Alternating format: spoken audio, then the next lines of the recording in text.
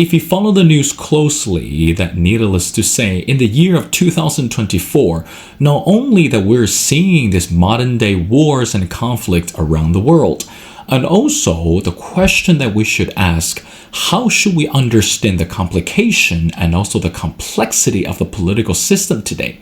It's not just about what's happening in the US and also beyond the United States of America.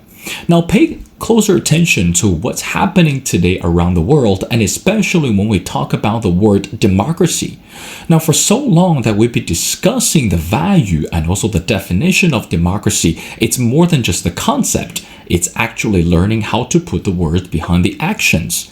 Now, today, when we talk about democracy, we also need to talk about the relationship between the media and the political system.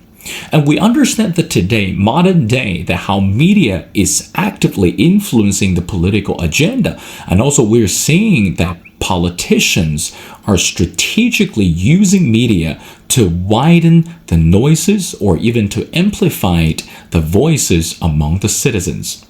Well, again, how should we understand that? And also, given the fact that we're only less than 2 weeks away from the year of 2025, can we expect anything to change? And what are the expectations within the political system?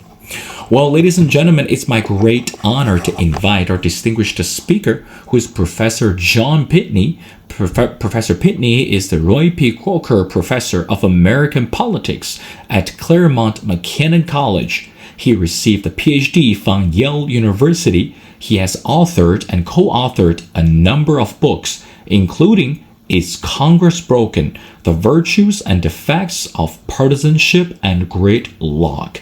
Well, Professor Pitney, and welcome to The Missing Piece. Thank you very much. Well, Professor Pitney, I want to get started. Again, this year, one of the highlights is the 2024 U.S. presidential election. And there's no surprise that today that we are seeing this political polarization. But I want you to help us with better understanding. When we talk about modern day political system in the US today, how much do we understand or how much do we believe that the president, and especially the person who is going to lead the nation, is supposed to understand this anti-war rhetoric or this anti-war political mindset? Let's start from there. What do you think of that? Well, Americans have never liked war, and President-elect Trump has been very critical of recent administrations for their foreign policy. And he and his supporters have referred to people like Liz Cheney as warmongers, which is really a departure from past presidents, and particularly past Republican presidents. And we can expect Trump to pursue less of an interventionist foreign policy and more of what his critics call an isolationist foreign policy. And how that plays out in the next 4 years remains to be seen. We have the record of his first presidency, but now the challenges have changed. We have new situations, such as the war in Ukraine, and we'll see what Trump does there. But again, less than many other presidents, Trump is not eager for foreign intervention, particularly foreign military intervention. Professor Pitney, I want to talk about the foreign policy side. And we know that throughout the election, that again, between President-elect Donald Trump and also Vice President Kamala Harris, that foreign policy has topped the agenda. But meanwhile, recently, if we pay closer attention to the international community, leaders around the world, and particularly in the European side, are very concerned about the foreign policy under President-elect Donald Trump. And also, it is to believe that his ambition is to continue, and I quote, promote the security and the prosperity of the American people. And end quote. But when we're looking at today's deeply interconnected world, how do you think that we can interpret President-elect Donald Trump's political ambition and also his Make America Great Again, is to promote the security of America and also the prosperity of American citizens. How much do you think that the world leaders can understand that? And also, how does that is going to help and promote the agenda under President-elect Donald Trump? It is a big challenge for world leaders. Trump is, well, if you like him, he's mercurial. And if you don't like him, he's inconsistent. Take your pick. And when it comes to the prosperity of Americans, he keeps talking about tariffs. He says that tariff is a beautiful word and talks about tariffs as if other countries pay the cost of American tariffs, which is simply incorrect. That's not how tariffs work. The people who pay tariffs in the United States are American importers, and the importers pass those costs along to consumers. And this creates a bit of a conflict between, on the one hand, Trump's devotion to tariffs and his pledge to fight inflation and bring prices down. And we'll see in the months ahead if and how he modifies his position on tariffs, which is something that pretty much all economists across the ideological spectrum think is a very bad idea. He's talked about tariffs as a source of revenue for the federal government, but the tariffs have not really been a significant source of revenue for the government since the 19th century. And if we impose tariffs at the level necessary to support the federal government, the economic consequences would be vast and highly unfavorable. So that is a big question that remains to be seen. It's just hard to see how his actual policy would conform with what he said on the campaign trail and at the same time promote American prosperity and security. I think when we talk about the role of the U.S. and also we talk about this global impact, and naturally we have to think about another country, which is China. I mean, we know that post-presidential election that we are going to see more political and also economic competition between China and the U.S. Now, before or prior to the results of the presidential election this year, that more and more political scientists and especially this international economists mention regarding the word global dominance. And a lot of them to believe that when we talk about democracy today, democracy is rather incompatible with global dominance. So from your perspective, again, Professor Pitney, you are the expert and you did a thorough research on this political field or political spectrum. So from your perspective, how do we understand this compatibility between democracy and global dominance? And also the next question is, why do you think it's important and also it's significant for U.S. to continue to value and to preserve democracy and meanwhile to maintain the healthy relationship or even the healthy competition with the countries such as China or even more competitors around the world? Your thoughts? Sure. Democracy and global competitiveness are in fact highly compatible. The United States throughout the 20th century saw enormous economic growth while maintaining a democratic system. And those two things go together because an economic system thrives when markets are free to operate without constraint from the government, when government is limited in some way, and that contributed to American prosperity. The challenge for the future is that the global scene obviously presents more competition in the United States, and the danger for the United States is some politicians propose policies that would actually increase the power of the American federal government, variations of industrial policy, picking winners and losers, in the short run, that may sound very appealing to a lot of voters, but in the long run, it doesn't promote the cause of democracy, nor does it really promote economic growth. Economic growth depends on free markets. Well, Professor, let's talk about the concept or the term you mentioned initially, which is called isolationism. I mean, again, I think post the pandemic, we're seeing this slow economic recovery among the countries. And also we're seeing this joint effort continue to promote this economic agenda around the world. But meanwhile, there's no surprise that when we talk about isolationism, put it in a very simple way, it's not going to work. And by the way, again, you don't have to be a political scientist to agree with the term. But meanwhile, from your perspective, why do you think that we are seeing some of the countries, in addition to US, for example, recently we're seeing this decision made by the current Prime Minister of Italy, and also we're seeing other countries in Europe continue to promote this isolationism. So in other words, we don't really believe, or those countries' leaders believe, it's important to take care of the needs of domestic rather than international. I mean, take the war in Ukraine, for example. A lot of countries today are still questioning whether we should continue to support Ukraine or not. Meanwhile, the people within the countries are suffering economically.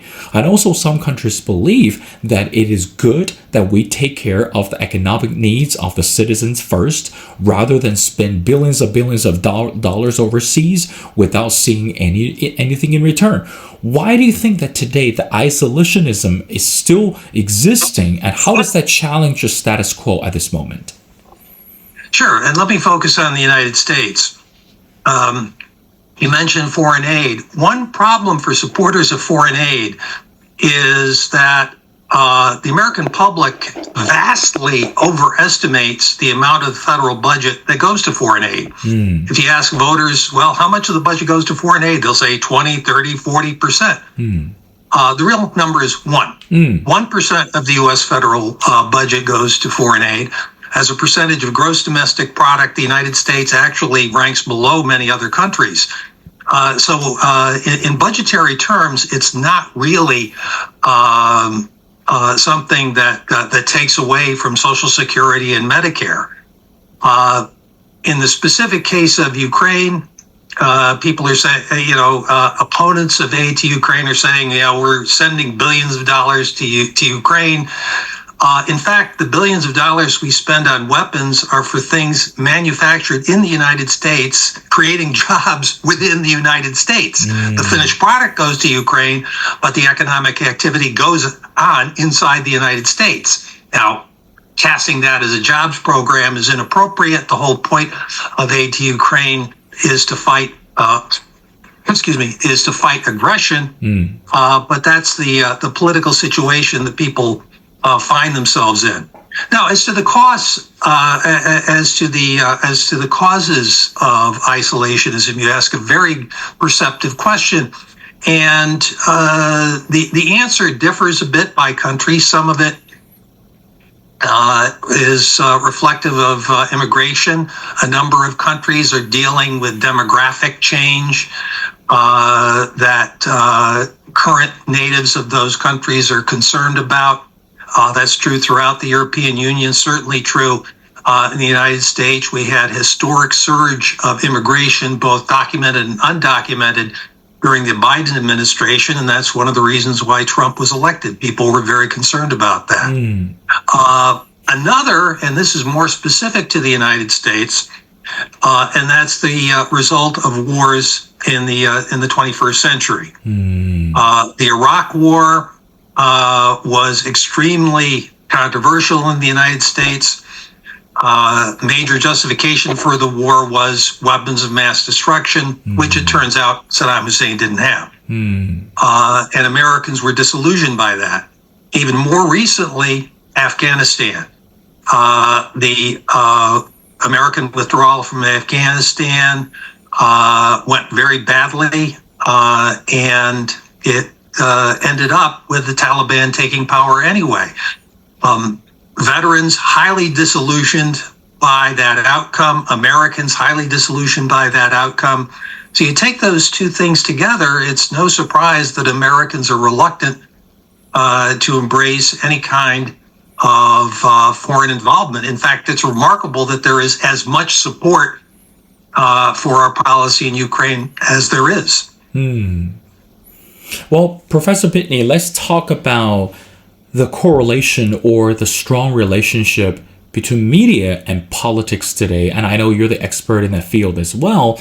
Now, based on the recent survey that post US presidential election, more than 35% of American citizens, again, recent survey came out, expressed their distrust within the media today in the US. Now, we know that today, of course, when we think about the media role, we can trace it all the way back to the first presidential debate between former U.S. President John F. Kennedy and also Richard Nixon. I think that was the first time that American citizens were introduced to the media platform regarding the presidential candidates and also their background. Now, fast forward, that when we look at how media today is, I want to be careful, is directing or influencing the political agenda, what do you think has happened over the decades? That I mean, in other words, we're not only looking at the media, also we're looking at the talents and also the celebrities out of media trying to root for the party, candidates, or even this political agenda. Why do you think today people are buying into such change or such shift when we look at the role of media today? And also, meanwhile, how do we understand their influence, their impact towards the political stage or the political future? Your thoughts? That is a great question. And in answering that question, I'm going to allude to my own age because I can remember watching the news in the 1960s. Gives you some hint how old I am. In the 1960s in the United States, there were 3 national television networks. That's it. ABC, NBC, CBS. That's it. If you wanted to watch the national news in the 1960s, you only had 3 choices. And the personnel staffing those 3 news operations were fairly similar in their background and their orientation. At the time, Republicans complained about a liberal media bias. Vice President Spiro Agnew famously gave a speech calling for accountability. And so that was the way it was for decades. That started to change in the 1980s with the introduction of cable news, CNN, later Fox and MSNBC, a different kind of concept that evolved over time. Both Fox and MSNBC morphed into more ideological networks, Fox having a very conservative orientation, MSNBC having a very liberal orientation. They weren't exactly that way at their inception. And now we have a proliferation of television outlets on both the left and the right. But even more important than that is the internet. When we talk about the media during the 1960s, the internet, as we know, it was just beginning and it was a scientific network. But now it's the World Wide Web, giving people access to a variety of voices, podcasts, such as this. And this is where the biggest changes come in, because many Americans are getting their news from social media, from podcasters such as Joe Rogan. And many of the podcasters, again, like Joe Rogan, have very specific ideological agendas. And one of the reasons that people are distrustful of the so-called mainstream media is that they're getting other views, highly critical views from these other outlets. And this is why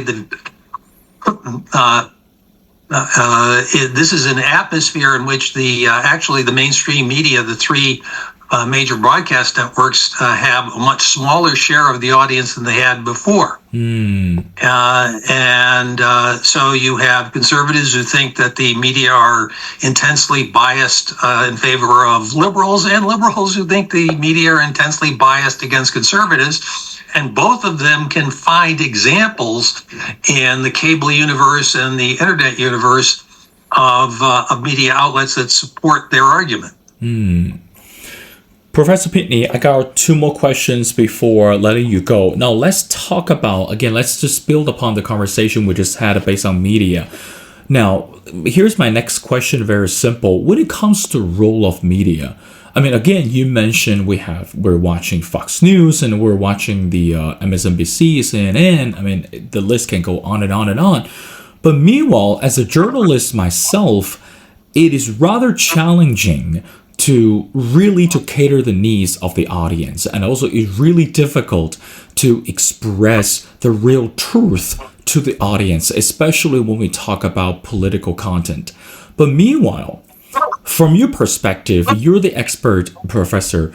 Do you think that today, when we look at the role of media, are media channels, or regardless we're looking at the left and the right, are they actually competing against each other based on political content or based on their political ideology? I mean, I know it might sound crazy when we link the word media and ideology together. I mean, again, I have to bring another person in who was another famous former U.S. president was Richard Nixon. I mean, we talk about the war in Vietnam and we talk about this whole Watergate scandal. But again, going back and forth, was it about political content that really draw the audience in, or was it about the political ideology from certain parties that able to draw the interest or even to attract the interest of the audience? What do you say to that? I think that's a great question, and particularly when you're talking about, say, cable news, the question is whether you're looking at information or simply opinion, people opining. And there's been a shift there. Years ago, in the early days of cable news, if you were to watch it, a lot of it was simply reporting. This war broke out in this country, this crisis is happening here, you have an economic issue in the United States, and so on. But a lot of this is actually driven by economics, because what you see a lot of times on cable news are a bunch of people sitting at a desk giving their opinions. That's it. Part of the reason is that it's pretty cheap to do that for networks, just having people sit and give their opinions rather than send reporters out and actually cover stuff. And here is the what I would consider to be the mega problem for American media.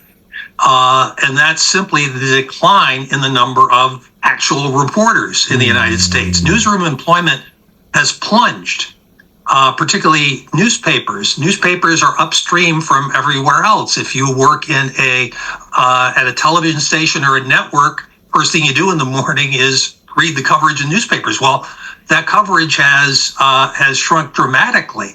And the reason for that is going back to the internet. Why did people buy newspapers in 1960s? For sports scores, for classified ads, for movie times. The people can get all that information for free on the internet, so they don't buy newspapers anymore. And so a lot of newspapers have either closed or dramatically downsized, and so you don't get as much coverage of as you did before. There used to be competing newspapers in cities.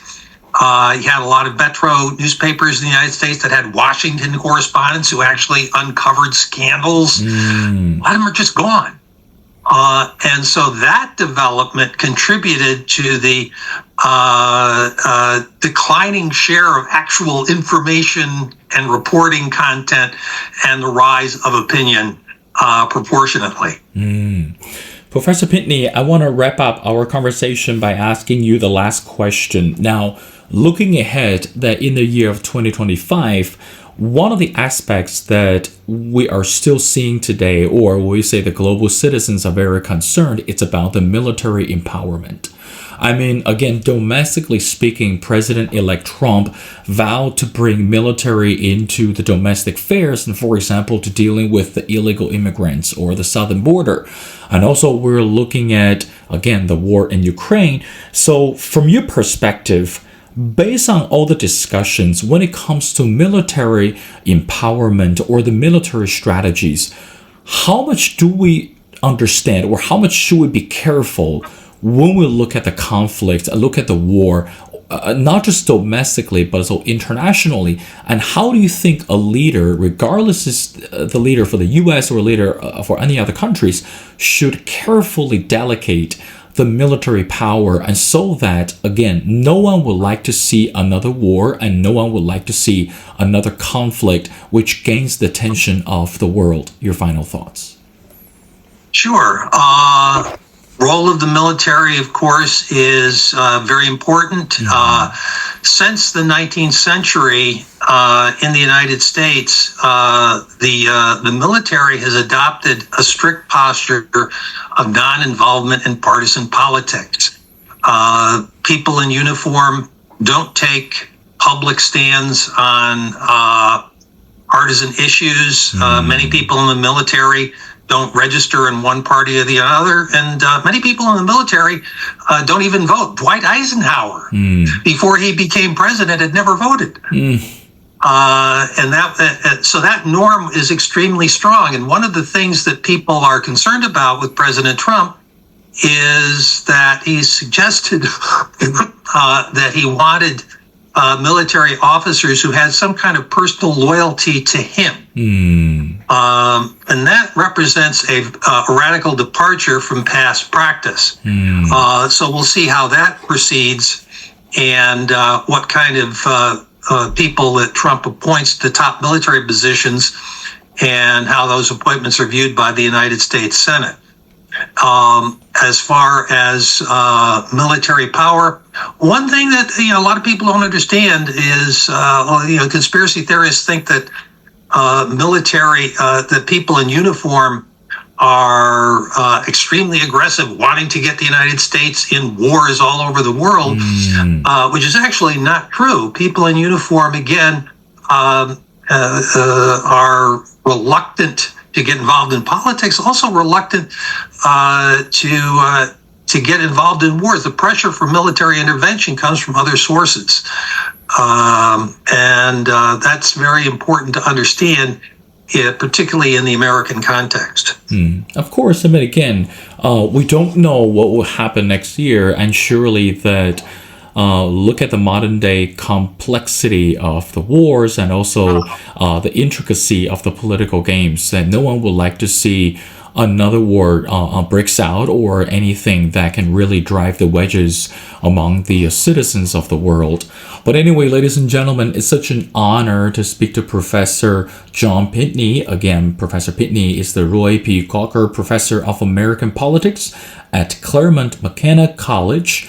And again, it's an author, or has co-authored a number of books, and I strongly encourage everyone go online to connect with Professor Pitney. Again, Professor, thank you so much for your time. It's been a pleasure, and we'd love to have you back on the show for our future episodes. And until then, we want to wish you a Merry Christmas and a Happy New Year. And thank you so much for doing this.